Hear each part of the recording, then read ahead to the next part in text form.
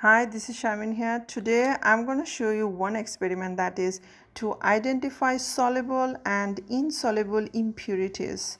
So let's get started. So what is soluble and insoluble impurities? So substance such as mud, sand and germs make this water unfit for use. So we call this substance impurities. So impurities are two kinds. Number one, soluble impurities and insoluble impurities. Soluble impurities that are one dissolved in water. So that is common salt, that is soluble impurities, and sugar also.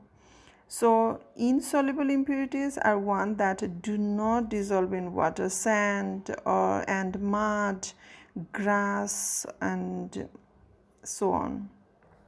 So in these experiments we need sand, mud, salt, sugar and 2 cups and that's it. So method, so first we will take 2 glasses of water and first we will mix sugar and some powder, orange powder, for drinking some juice like this. So if we add together and stir it, so if we use strainer, then we will see nothing left there. And next experiment, that is we add some 1 cup of water, mud, grass, so all together, mix together and stir it. And if I will strainer, we put a strainer so we can see lots of things on there.